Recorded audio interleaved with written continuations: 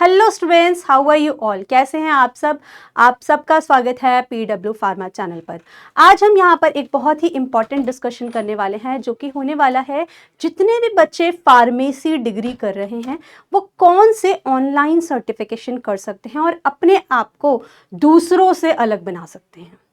तो जैसा कि आप सबकी प्लेसमेंट जब होती है 4th ईयर के अंदर, तो मैं if I say personally I will give suggestion to you all कि आप कुछ ऐसे ऑनलाइन सर्टिफिकेशंस करिए जिससे कि आपकी अंडरस्टैंडिंग अच्छी बनेगी और जब कंपनीज आती हैं आप लोगों के कॉलेज के अंदर या फिर आपको पर्टिकुलर इंटरेस्ट है कोई पर्टिकुलर एरिया के अंदर, तो भी आप उन ऑनलाइन सर्टिफिकेशंस को करते हुए अपने आप को अलग बना सकते हैं।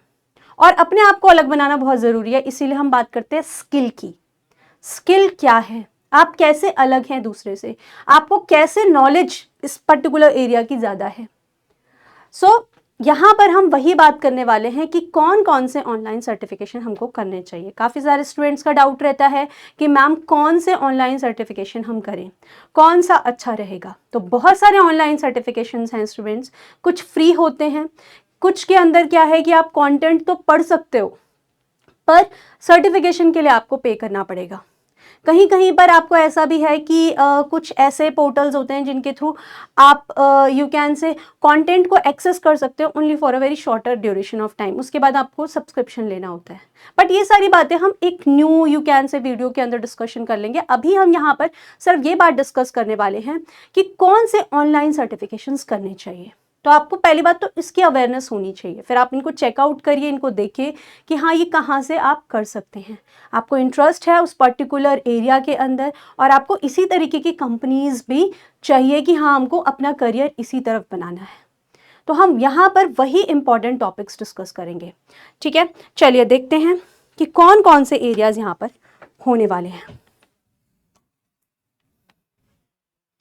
सबसे पहले हमारे पास कोर फार्मेसी फाउंडेशंस होती हैं। कुछ कोर फार्मेसी फाउंडेशंस मतलब जिनको हम ये बोलें कि फार्मेसी की फाउंडेशन है, जिसमें सबसे पहला आप यहां पर देख पा रहे हैं एक सर्टिफिकेशन होती है GMP की। अगर आप लोगों को कहीं से GMP की सर्टिफिकेशन मिल रही है, गुड मैन्युफैक्चरिंग प्रैक्टिस की सर्टिफिकेशन मिल रही है, यहाँ पर कुछ प्रोवाइडर्स भी लिखे हैं, जैसे WHO के थ्रू सर्टिफिकेशन फ्री होती है। स्टूडेंट्स, अगर आप लोगों को यहाँ से कोई इंटर्नशिप या यहाँ पे WHO के थ्रू मिल जाए इस तरीके के सर्टिफिकेशन प्रोग्राम करने के लिए, तो आपको बिल्कुल करना चाहिए। इसके अलावा UDME है या NSF सर्टिफिकेशंस होती हैं, तो उनको भी आप चेकआउट कर सकते हो। ठीक है, तो एक बहुत अच्छी सर्टिफिकेशन है। अगर आप लोगों को सूटिक्स के अंदर इंटरेस्ट है, सूटिक्स रिलेटेड फील्ड में जाना है, मैन्युफैक्चरिंग में जाना है, तो फिर आप GMP कर सकते हैं। It is a very good certification. इसके अलावा फार्माको विजिलेंस का सर्टिफिकेट अगर आपके पास है, तो एक बहुत ही अच्छा कोर्स होता है जिसके अंदर आप ADR, patient related care, area monitoring कैसे करते हैं, साइड इफेक्ट्स कैसे एवैल्यूएशन करते हैं, ये सारे पॉइंट्स को पढ़ते हो। फार्माको विजिलेंस का क्या नीड है, तो ये IPC के थ्रू अगर मिल जाए किसी इस तरीके की सर्टिफिकेशन, इंडियन फार्माकोपिया कमीशन है, इंडिया के अंदर एक बॉडी है जो कि फार्माको विजिलेंस यू कैन से देखती है, बड़े लेवल पे फार्माको विजिलेंस को मॉनिटर कर रही है। ठीक है, कि दवाओं का क्या रेगुलेशन है, ये सारी चीज़ें देख रही है। तो अगर आपको वहाँ से कोई इस तरीके की सर्टिफिकेशन मिलती है तो बहुत ही अच्छा रहेगा। इसके अलावा UDME, मेड्रा, DIA ग्लोबल, ये सब भी सोर्सेज होते हैं, प्रोवाइडर्स होते हैं। इनके अलावा अगर आपको कहीं और से भी इस तरीके की सर्टिफिकेशन मिल रही है, तो स्टूडेंट्स आपको अपनी 4 इयर्स की डिग्री के अंदर ये सब सर्टिफिकेशंस करनी चाहिए। इसके अलावा चलिए और बात करते हैं। एक GLP की सर्टिफिकेशन है जो लेबोरेटरी प्रैक्टिसेस के बारे में बताती है, तो ये भी काफ़ी रिलेटेड है, जो फार्मास्यूटिक्स ओरिएंटेड हो जाएगा। कोर सब्जेक्ट्स उसी के अंदर आएगा। ये भी यहाँ पर लैब कैसे वर्क करनी है, लैब के अंदर किस तरीके से हमको रहना होता है, कैसे हमने यू कैन से फॉर्मुलेशंस प्रिपेयर करनी है, कौन से पॉइंट्स पर ध्यान देना, ये सब चीज़ें यहाँ पर बताई जाती हैं। इसके अलावा क्लिनिकल फार्माकोलॉजी बहुत अच्छा कोर्स है जिन लोगों को फार्माकोलॉजी में इंटरेस्ट है और वो क्लिनिकल फार्माकोलॉजी पढ़ना चाहते हैं। ठीक है, इसके अलावा ड्रग डेवलपमेंट एक कोर्स होता है, ड्रग डेवलपमेंट के बारे में बताया जाता है। इससे रिलेटेड अगर कोई सर्टिफिकेशन आप लोगों को मिल रही है तो आप कर सकते हैं। तो बहुत अच्छे यू कैन से कोर्सेज हो गए ये। इनको आपने हाईलाइट करके लिख लेना है कहीं ना कहीं कॉपी के अंदर कि 4 साल के अंदर आपको कहीं पर भी इस तरीके की सर्टिफिकेशन, आपके कॉलेज में कोई यू कैन से वेबिनार हो रहा है, कोई सेमिनार हो रहा है इससे रिलेटेड, आप करिए। ठीक है, तो ये सब सर्टिफिकेशंस आपको अलग बनाएंगे। और जब प्लेसमेंट होती है तो इसको रखिए, ऐसा नहीं करके बस रख लिया है आपने साइड में बट आप इसको प्रेजेंट नहीं कर रहे। यू शुड टेल इट कि यस हमने फार्माकोविजिलेंस का कोर्स किया है। या जब भी आप कभी बाहर से भी अप्लाई कर रहे हैं किसी भी जगह पर, तो आप ये यहाँ पर मेंशन करिए कि आपने कौन कौन से सर्टिफिकेशन कोर्सेज किए हैं। जब आप ये सब मेंशन करते हैं कि हमने ये सब कोर्सेज किए और वो उसी रिलेटेड कंपनी है, तो वहाँ पे चांसेस होते हैं कि आपकी जॉब लग जाएगी। आप इस तरीके से यूनिक हो गए दूसरों से। सो ये सब आप कर सकते हैं। इसके अलावा चलिए और बात करते हैं क्लिनिकल एंड पेशेंट केयर। अब मान लो कई बच्चे ऐसे होते हैं 4 साल तक जब वो बी फार्मा पढ़ रहे होते हैं, तो कई बच्चे ऐसे होते हैं कि नहीं मैम हमको हॉस्पिटल में जाना है, हॉस्पिटल में वर्क करना है, हमको हॉस्पिटल में ज़्यादा यू कैन से हमारा इंटरेस्ट है उस एरिया में। सो आप कौन से कोर्सेज कर सकते हैं? That is clinical and patient care related. ठीक है, तो इसमें से सबसे पहला कोर्स देखिए आप कौन सा है। एक है सर्टिफाइड क्लिनिकल रिसर्च एसोसिएट। ये तो क्लिनिकल रिसर्च एसोसिएट हो गया। यहाँ पर आप हॉस्पिटल में भी वर्क कर पाएंगे, क्लिनिकल रिसर्च रिलेटेड है। इसके साथ साथ बच्चे क्लिनिकल ट्रायल्स की कंपनी होती है, क्लिनिकल रिसर्च जहाँ पर होती है क्लिनिकल ट्रायल्स की, there are some companies for the clinical trials and CROs, clinical research organisations होती हैं। ठीक है, कॉर्पोरेट ऑफिसेज भी होते हैं इनके, यहाँ पर भी आप वर्क कर सकते हैं अगर आपके पास ये वाला सर्टिफिकेट है, certified clinical research associate. Chances ज़्यादा हैं कि इन लोगों को पहले लेंगे। और I have seen number of vacancies जिनके अंदर ऐसा लिखा होता है कि अगर आपके पास certified clinical research associate certification है तो चांसेस बढ़ जाएंगे। ठीक है, तो इस तरीके के भी आप कोर्सेज कर सकते हैं अगर आप क्लिनिकल रिसर्च ओरिएंटेड कंपनीज में जाना चाहते हैं। और आप सबको पता होगा जितने भी बी फार्मा कर रहे हैं बच्चे, क्लिनिकल ट्रायल का स्कोप कितना है, CROs कंपनीज जो है उनके अंदर कितना अच्छा स्कोप है। इसके अलावा एक और प्रोग्राम होता है जिसको बहुत ही अच्छा प्रोग्राम बोल सकते हैं, अच्छी सर्टिफिकेशन बोल सकते हैं, वो है एंटी माइक्रोबियल स्टीवर्डशिप। आजकल एंटी माइक्रोबियल रेजिस्टेंस एक बहुत बड़ी प्रॉब्लम है। ठीक है, तो जो भी एंटी माइक्रोबियल ड्रग्स हैं उनसे रेजिस्टेंस हो जाता है, तो अभी उसको ओवर करने के लिए वेज ढूंढे जा रहे हैं। इसीलिए इसके प्रोग्राम्स कराए जाते हैं, हॉस्पिटल में कराए जाते हैं, स्टाफ्स के लिए भी कराए जाते हैं ये तो। ठीक है, कि कैसे हम इसको प्रिवेंट कर सकते हैं, कैसे जो एंटी माइक्रोबियल रेजिस्टेंस हो रहा है, ये जो दवा इफेक्ट नहीं कर रही है डिसीज के अंदर, जो माइक्रोबियल इन्फेक्शन हो गया है, इसको हम कैसे प्रिवेंट कर सकते हैं, क्या स्ट्रैटेजी हमको फॉलो करनी चाहिए, डॉक्टर को किस तरीके से प्रिस्क्रिप्शन लिखनी चाहिए, पेशेंट को किस तरीके से अडहेयर करना चाहिए, कितनी दवा लेनी चाहिए, क्या ये सारे पॉइंट्स यहाँ पर आते हैं एंटी माइक्रोबियल स्टीवर्डशिप प्रोग्राम के अंदर। तो अगर आपको इस तरीके की कोई सर्टिफिकेशन मिल रही है तो ये बहुत अच्छी सर्टिफिकेशन होगी। ठीक है, इसके अलावा हॉस्पिटल के लिए और क्या किया जा सकता है, देखो एक है बेसिक एडवांस लाइफ सपोर्ट। ये हॉस्पिटल ओरिएंटेड है, आपको हॉस्पिटल में वर्क करना, हॉस्पिटल में अलग से भी कराई जाती है। आप हॉस्पिटल में जब वर्क करना स्टार्ट कर देंगे मान लो, तो ये कोर्सेज तो आपको वहां पर भी मिल जाएंगे। ठीक है, ये स्टाफ के लिए भी कराए जाते हैं। ये आप अपने B.Pharm डिग्री में कर सकते हैं 4 साल के प्रोग्राम के अंदर। ठीक है, इसके अलावा एक कम्युनिटी फार्मेसी प्रैक्टिस, इस तरीके का सर्टिफिकेशन अगर आपको लेना है, आपको जानना है इसके बारे में, तो ये भी एक सर्टिफिकेशन हो सकती है। आपको पता करना है कैसे कम्युनिटी फार्मेसी रन करनी चाहिए, क्या प्रैक्टिस होनी चाहिए, किस तरीके से प्रोफेशनली बहुत अच्छे तरीके से यहाँ पर प्रैक्टिस कर सकते हैं। तो ये सब कुछ you can say very good certifications if you are looking for clinical and patient care related certifications. Students, इसके अलावा देखते हैं और कौन सी सर्टिफिकेशंस हैं जिनको किया जा सकता है। तो कुछ सर्टिफिकेशंस होती हैं जब मेरे को रेगुलेशन में इंटरेस्ट है कि रेगुलेशन कैसे होती है, चाहे वो दवा की क्वालिटी कंट्रोल हो, चाहे वो दवा के रेगुलेटरी अफेयर्स हो। ठीक है, तो आप उससे रिलेटेड भी सर्टिफिकेशंस कर सकते हैं। मुझे लॉ के बारे में जानना है, मुझे ये जानना है कि मुझे उसमें इंटरेस्ट है कि रेगुलेशन किस तरीके से हो रही है, या फिर अगर मैं बात करूं कि क्लिनिकल ट्रायल्स इन्वॉल्वमेंट के अंदर कौन कौन से रूल्स आते हैं, तो ये भी एक रेगुलेशन है। इसके अलावा अगर मैं बात करूं कि क्वालिटी को मैं कैसे एश्योर करूंगी, तो ये भी एक रेगुलेशन के अंदर आया है। These are all under the regulatory affairs and quality कैसे एसेस की जाती है। तो ये भी कुछ यू कैन से सर्टिफिकेशंस होगी, जैसे रेगुलेटरी अफेयर्स की सर्टिफिकेशन अगर आपको मिल जाए। इसके अलावा ICH GCP की सर्टिफिकेशन होती है, जिसके अंदर ICH के बारे में बताया जाता है, international council of harmonisation good clinical practices.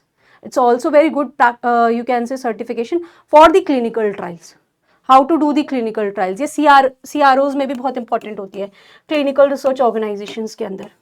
अगर आप ये सर्टिफिकेशंस कर गए हैं, CROs को रीच कर रहे हैं, आप हाईलाइट करिए हमने ICH GCP किया है, जिसमें आपने क्या सीखा है वो भी आप पॉइंट मेंशन करिए। इसके अलावा क्वालिटी एडिटर की सर्टिफिकेशंस होती हैं, जो कि क्वालिटी एश्योरेंस को दिखाता है कि इसका मतलब आपको क्वालिटी एश्योरेंस कैसे असेस करते हैं उसके बारे में पता है। आप एक तरीके से अलग हो गए। जो 4 साल में बच्चे ने किया उसने सिर्फ नॉलेज एक्वायर करी अबाउट द सब्जेक्ट, और आपने क्या किया, नॉलेज के साथ साथ आपने स्किल भी डेवलप करी। इसको हम बोलेंगे स्किल, ठीक है, कि आपने ये सर्टिफिकेशंस कर ली हैं जिससे आपको इंपॉर्टेंस पता लग गई किसी एक पर्टिकुलर एरिया की, उसके बारे में आपको इन डेप्थ नॉलेज हो गई है। तो इस तरीके के वेबिनार सेमिनार्स स्टूडेंट्स करते रहिए, जो भी आपको इंटरेस्टिंग एरियाज लगते हैं, ठीक है। और सर्टिफिकेशन जब मैं कहती हूँ, क्योंकि कई बार जो सर्टिफिकेशंस होती हैं अगर फ्री हैं तो ऐसा मत करिए कि जस्ट सर्टिफिकेशन लेने के लिए आपने सर्टिफिकेशन इकट्ठा कर ली है, आपको नॉलेज नहीं है, तो आप प्लीज़ उनके जो भी असाइनमेंट्स होते हैं, जो भी उसके अंदर सिखाया जा रहा है उसको सीखिए, ठीक है। वेल क्वालिफाइड यू कैन से पर्सन से हमको ये सब सीखने को मिल रहा है, तो हमको ज़्यादा से ज़्यादा चीज़ें उसमें से सीखनी चाहिए। इस तरीके से आप लोगों ने ज़्यादा से ज़्यादा सर्टिफिकेशन का फ़ायदा उठाना है एंड देन सर्टिफिकेट्स कलेक्ट करने हैं।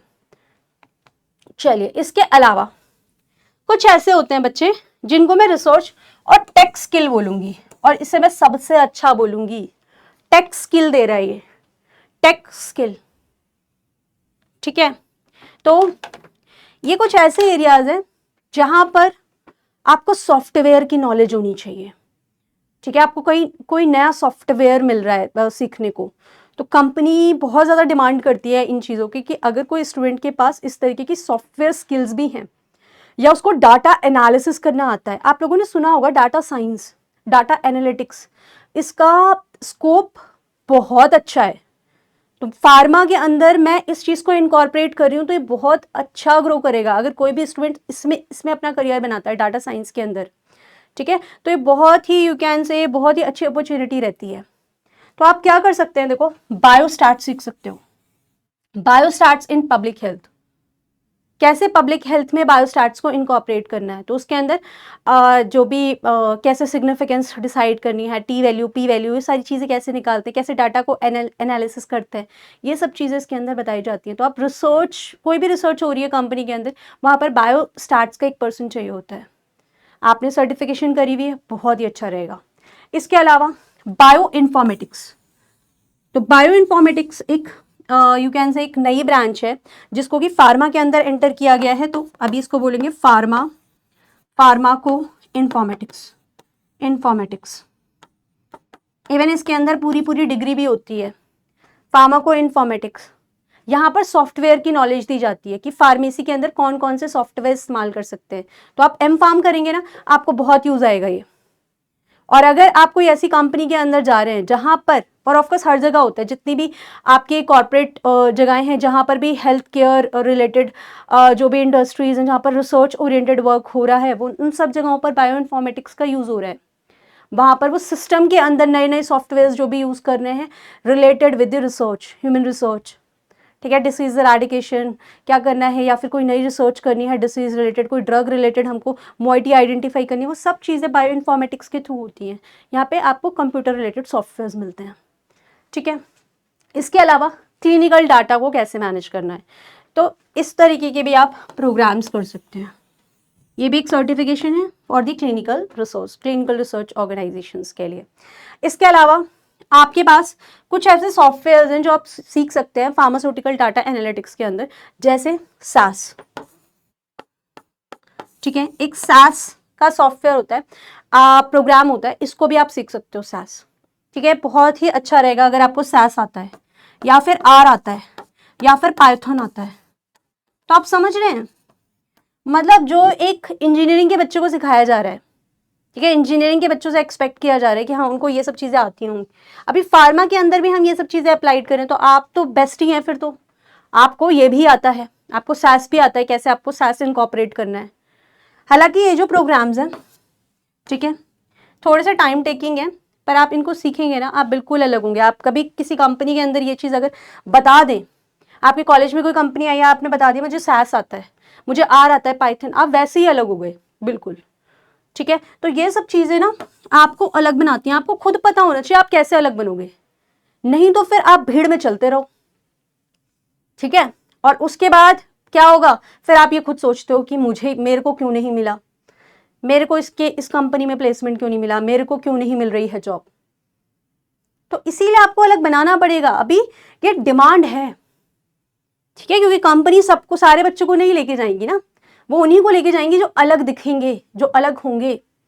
तो प्लीज इन सब चीजों को सीखिए, ज्यादा से ज्यादा सीखिए, स्किल को डेवलप करिए, आपको खुद भी लगेगा हाँ हमको ये सब चीजें भी आती हैं, और इंटरेस्ट बनता जाता है फिर आपका, ठीक है। तो सिर्फ किताबों में घुसे रहकर वही वही वही वही चीजें पढ़ना, उसको कैसे इंप्लीमेंट करना है कंपनीज में वो तो आपको करना पड़ेगा, ठीक है। कैसे आपको वर्क के अंदर इनकॉर्पोरेट करना है, तो सीखे, इन सब चीजों की सर्टिफिकेशंस लीजिए। 4 साल एक बहुत बड़ा टाइम होता है, आपको उसके अंदर अगर इस तरीके की सर्टिफिकेशंस मिलती हैं, यू डू। इसके अलावा चलिए, इसके अलावा देख लेते हैं यहाँ पर जो सर्टिफिकेशंस मैं यहाँ पर जो बताऊंगी आपको, ये सर्टिफिकेशन ऐसी हैं जो एक बार आप करियर में एंटर कर गए। अब मान लो आप करियर में एंटर कर गए, आप कोई कंपनी के अंदर हैं, तो आप क्या कर सकते हैं वो भी देख सकते हैं। ऐसा नहीं है कि इन्हें आप B.Pharm डिग्री के दौरान नहीं कर सकते, इनको कर सकते हैं बिल्कुल, ठीक है। बट इट इज़ बेटर कि जो आप अपने यू कैन से कंपनी में एंटर करने के बाद कर रहे हैं, वहाँ पर भी आपको एक अच्छी ग्रोथ मिल जाती है। जैसे मेडिकल राइटिंग आप सीख सकते हैं, हालांकि मेडिकल राइटिंग की कंपनीज भी आती हैं जो मेडिकल राइटिंग कराती हैं, है ना। मेडिकल राइटिंग रिलेटेड अगर आपको कोई कंपनी है उसके अंदर जाना है तो आप इसका कोर्स कर सकते हैं। इसमें बताया जाता है कि कैसे हमको पब्लिकेशन करनी है, कैसे हमको साइंटिफिक लिटरेचर रिव्यू कैसे रीड करना होता है, उसमें से कंक्लूजन कैसे आइडेंटिफाई करना होता है, किसी चीज़ को कैसे प्रेजेंट करना होता है। तो आपकी राइटिंग पार्ट जो होती है वो अच्छी हो जाती है। ये वाला एक यू कैन से कोर्स है। इसके अलावा प्रोजेक्ट को कैसे मैनेज करना है, ये एक कोर्स हो सकता है।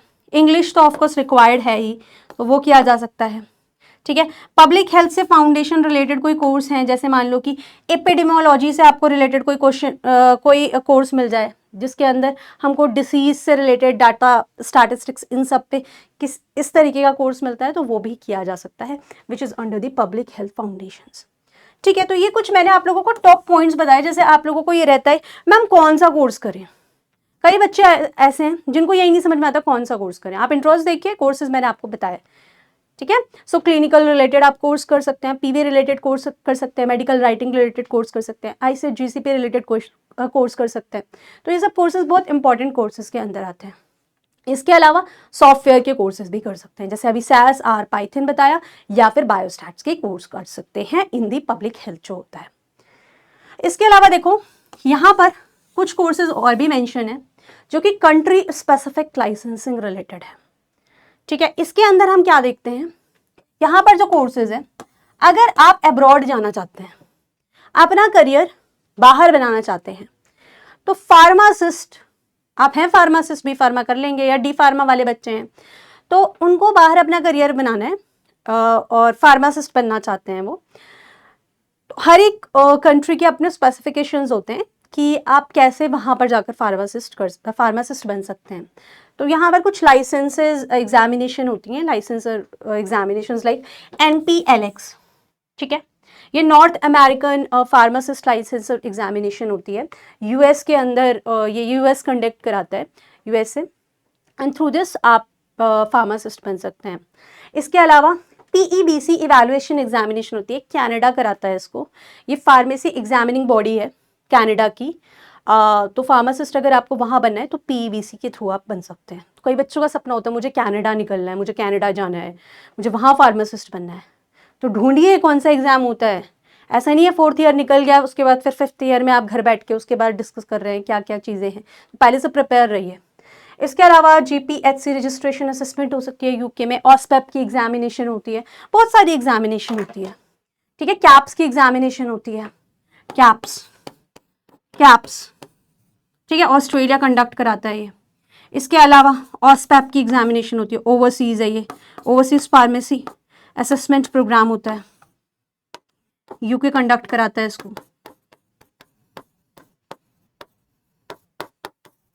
ठीक है।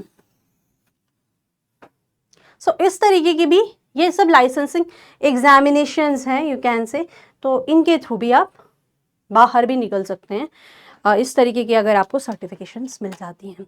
सो आई होप स्टूडेंट्स आप लोगों को थोड़ा सा आइडिया हुआ होगा। अवेयरनेस नहीं है तो आप कुछ कर नहीं रहे हैं, इसीलिए प्लीज़ अवेयर रहिए और इसको करिए। जो भी कोर्सेज आपको आ रहे हैं, दिख रहे हैं, इन सब कोर्सेज को आप लोगों ने करना है, ठीक है। 4 साल के ड्यूरेशन के अंदर अगर आपको कोई ऐसी यू कैन से पोर्टल मिलती है जैसे कि स्वयं है, स्वयं का पोर्टल पर भी आपको काफ़ी सारी सर्टिफिकेशंस मिल जाएंगी, बहुत नॉमिनल प्राइस में भी मिल जाती हैं ये, और यहाँ पे कई बार कंटेंट भी आपको पढ़ने के लिए फ्री में मिल जाएगा। इसके अलावा जब आपको सर्टिफिकेशन चाहिए, आपको लगता है कि हाँ हमको समझ में आ गया है और आप एग्ज़ाम दे सकते हैं, तो उसके थ्रू भी आप यू कैन से सर्टिफिकेशन कर सकते हैं।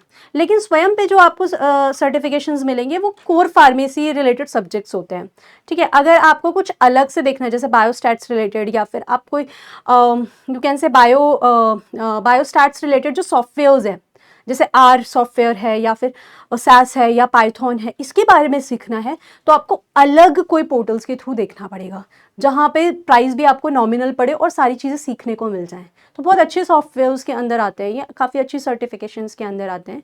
तो अगर आप करते हैं तो आप यू कैन से कि यू आर यूनिक, वो आपको खुद लगेगा, बताने की ज़रूरत नहीं है, वो आप खुद ही यूनिक हो गए, ठीक है। और कंपनी के अंदर डिमांड इसकी है स्टूडेंट्स, तो आप लोगों ने करते रहना है, अपने आप को अलग बनाते रहना है, ठीक है। इस तरीके से आप बहुत आसानी से ग्रो करेंगे। So with this I hope आप लोगों को ये कंटेंट हेल्प किया होगा। इससे रिलेटेड और भी नए नए कंटेंट हम लेकर आते रहेंगे। इसके साथ बच्चे, thank you so much everyone, bye bye, wish you all the best for the future.